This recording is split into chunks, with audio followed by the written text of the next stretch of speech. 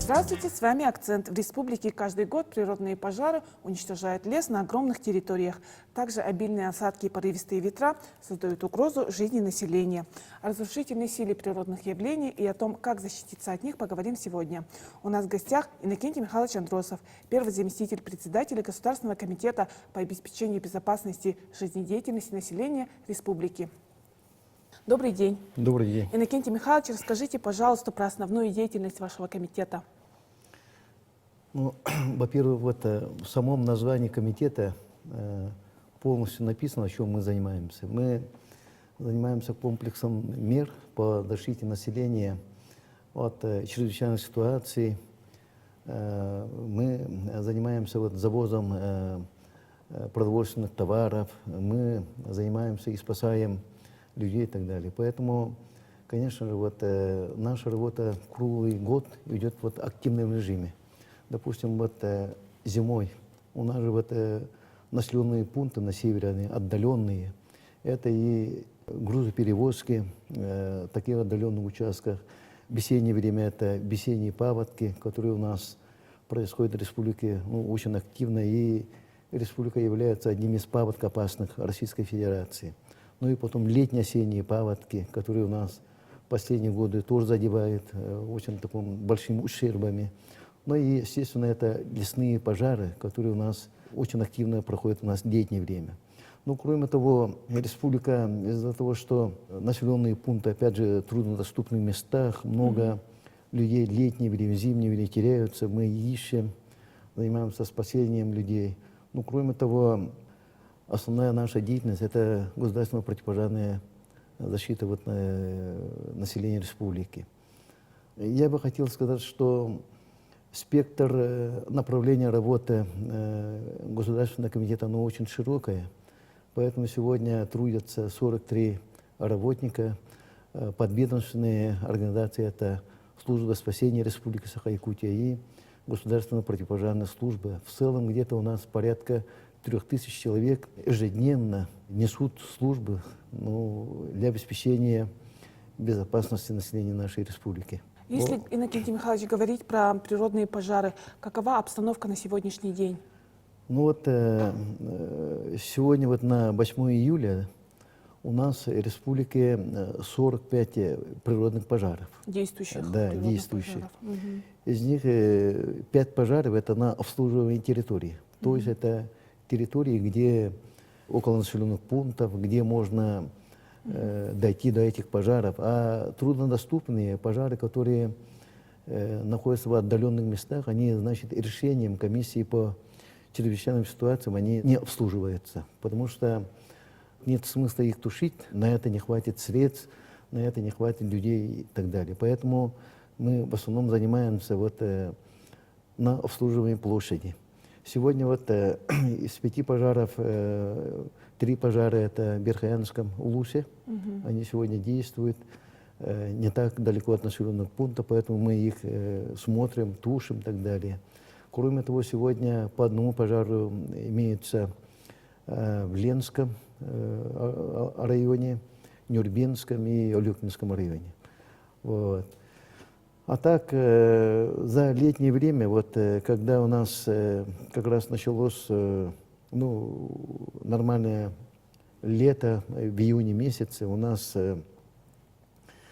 число пожаров было много, но потом вторая половина июня месяца, в конце июня, прошли дожди, ну и потом привлечено много людских резервов и так далее, поэтому сегодня мы дошли до 5. Но в начале июля месяца, опять же, видимо, начнутся жаркие дни, как обещают наши синоптики. Будут, наверное, сухие грозы, поэтому, опять же, будет наблюдение в лес этих пожаров. А вообще, какие факторы являются причиной природных пожаров? Мусор ли это, самопал ли это? Вы говорили про сухие грозы, да? Про которые чаще всего говорят, что они являются причиной природных пожаров. По каждому факту пожаров надзорные, органы, это и Государственная противопожарная служба, это и Главное управление МЧС Республики, ну и следственные органы, они занимаются, откуда этот пожар произошел. Ну, в целом, по Верхоянскому ЛУСу сегодня надзорная деятельность проводится активно. И ну, надо, видимо, делить. Есть пожары, которые, значит, появились от сухой грозы. Гроза проходит, и после этого появляется, ну, как обычно бывает, да. Ну и вторая проблема и причина – это палы, которые произошли вот в весеннее время. Вот. Ну, люди всегда и раньше сжигали, поэтому, чтобы улучшить сенокос и так далее, проводились самопалы. Потом вроде бы все нормально было, снег сошел. И вот основная причина, значит, в этом году, вот как я говорил и ответственными работниками Верхоянского ЛУСа, в этом году снег очень быстро сошел. Если он долго лежал, тогда вот эти палы, они нормально все прошли бы. Вот поэтому, когда вот наступила жаркая погода, и потом, когда вот начались ветры, вот эти палы, они начали возобновляться. Поэтому вот произошли вот эти пожары. Какие меры следует принять, чтобы не допустить природные пожары? Местные администрации в ЛУСах, на слегах должны работать с людьми. Когда начинается вот пора охоты весенней, когда они выходят на охоту, когда они, значит, идут на сбор ягод, какие-то вот профилактические работы нужны на местах. Ну, я думаю, вот основные вот эти. А вот ваши рекомендации, да, что делать человеку, если он попал в зону пожара? Когда идут пожары, все равно же местная администрация их предупреждает. Вот, ну, с каких-то километрах пожар, ветер, направление как раз в сторону населенного пункта, тогда ну, люди должны опасаться, во-первых. Во-первых, если они попали в зону пожара, они должны не идти в сторону, вот, откуда дует ветер. Они должны вот, перпендикулярно со стороны пожара должны уйти. Если вообще попали в зону пожара, вокруг все горит, идти некуда, ну тогда должны как-то найти водоем, где вода не дойдет. Ну, оказаться там в более мелком месте и ждать, пока пройдет пожар. Ну, потом должны определить направление, куда идти, дым же там, да, и выйти к людям, и потом уже местная администрация подсказать, что там пожар, и так далее, и так далее. А какая погода ожидается во второй половине июля? Синоптики говорят о том, что будет в основном жаркая погода. Уже у нас жара должна обернуться. Обещают и порывы ветров, опять же, вот в северных ЛУСах, поэтому мы прогнозируем, конечно же, всплеск вот этих пожаров, они возобновятся. Поэтому мы наступаем уже в более жаркую погоду. Вот. Засушливая погода да, ожидается. засушливая погода. Когда у нас вот число и пожаров будет, видимо, увеличено. Но мы и профилактически работаем, чтобы не было у нас пожаров в целом-то. А вот про порывистые ветра, если говорить, какие рекомендации можете дать людям, да, которые попали в зону порывистого ветра? Ведь нередки случаи, когда ветра срывают различные конструкции, даже крыши домов. Когда ветер поднимается, люди, конечно же, должны в основном, если есть предупреждение, находиться. Если штормовое предупреждение имеется, гидромет постоянно дает.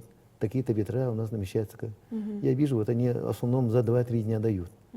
Ну, такое время, период, люди должны в основном находиться дома, воздержаться от каких-то выездов на лоне природы, на отдых. Ну, допустим, вот если поехали на лодке на реке Лена, да, допустим, попадутся на ветры, это мало не покажется. Поэтому лучше выжидать. И в основном, если люди выходят на выезды или там какие-то туристические выезды, они должны смотреть очень хорошо погоду.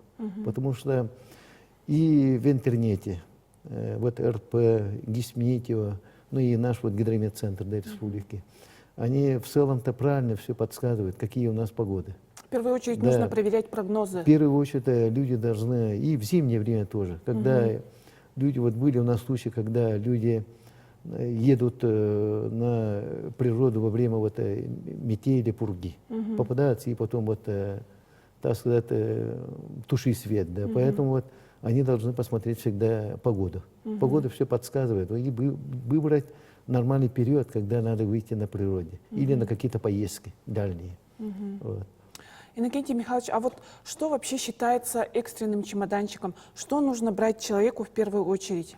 Ну, в первую очередь, это документы. Документы. Мгм. Документы, деньги, теплая одежда нужна. Так, потом, ну, наверное, еда, скажем, на 3 суток, да, с собой. Надо взять аптечку с собой. Вот. Ну, наверное, взять должен все ключи и так далее. Самые вот важные, жизненно важные. Ну, были случаи, когда вот у нас затопление идет, наводнение, попадаются, и все документы там остались. Хотя в этом заранее было высказано о том, что в этом году, наверное, будет затопление какого-то вот населенного пункта. Вот. А так вот в целом наша служба и вся служба Госкомитета и Главного управления МЧС этим ежедневно занимаются. У нас и когда наступает весеннее время, мы начинаем вот по всем домам ходим, людьми беседы проводим. Мы везде, значит, людям раздаем листовки, как себя надо вести в чрезвычайной ситуации. Это наша служба спасения. Наша государственная противопожарная служба и Главное управление МЧС, они тоже всем людям раздают листовки, как себя можно вести в таких случаях. Ну, бывает, вот население иногда так более легко, видимо, понимает о том, что такое не будет и попадается. Вот. Да. Думают, что их не коснется, да? Да, думает, их не коснется, все будет нормально, вот потом бывает. Иногда вот люди ездят на турпоход по горной речке, все нормально вроде, тепло, жарко, а там в верховьях выпадают осадки обильные, и начинают вот там баллами уже идет большая вода, и люди еле успевают вот как раз отходить от этого. Потом вот начинаем искать и так далее, и так далее. Ну и потом все вот такие вылазки на природу, это касается всех туристов, которые и приезжают, и наших вот якутян. Они должны пройти вот регистрацию нашей службы спасения. Да, кстати, про это подробнее давайте. Очень хорошая у нас служба. Мы, значит, даем памятки.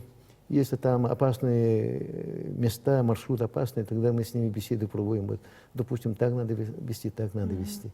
И потом они нам должны определенное время выйти на связь. Мы контролируем. Вот сегодня на 8 июля у нас 110 туристов ездят по нашей республике. И большая половина это по водным объектам. Это все зарегистрированные у вас? Да, это регистрированные. Ну, бывают дикари. Да. Люди сами вот группу создают и выходят. Ну и рискуют, конечно, жизнью участников вот таких экспедиций. Поэтому самый вот нормальный подход пройти регистрацию. Где пройти эту регистрацию? Эту регистрацию проходят по номеру 112, 112, ну и служба спасения. Оно у нас работает круглосуточно. Ведут вот такой контроль. Если подробнее про регистрацию, да, сейчас в огромном количестве, да, представлены различные туристические компании, да, которые предоставляют услуги. Как человеку проверить, прошла ли эта туристическая компания, да, вот регистрацию у вас, есть ли все соответствующие документы?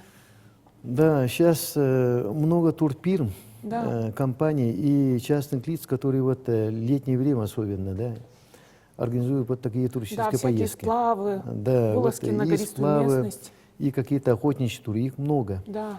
Ну, во-первых, они, когда начинают вести разговор вот такими компаниями, они должны вот, конечно, у них же спрашивать, да. Соответствующие документы. Во-первых, они связь есть ли или нет вот служба спасения Республики Саха-Якутия. Если нет, то они должны, видимо, должны попросить вот эти услуги. Но это, наверное, касается большинства вот приезжим нашим гостям, туристам. Чтобы они эту связь сделали и каким способом они должны вот себя оберечь. Потому что же у нас и животных много, вот, и всегда вот непредвиденные, допустим, вот на водных объектах дожди и так далее, наводнения могут быть. Вот. Но в целом она слаженная работа, поэтому они должны просто обратиться в туркомпанию. Если частное лицо, то уже он должен пройти регистрацию. Иннокентий Михайлович, спасибо вам за интересную беседу. Спасибо. С вами был «Акцент». До новых встреч.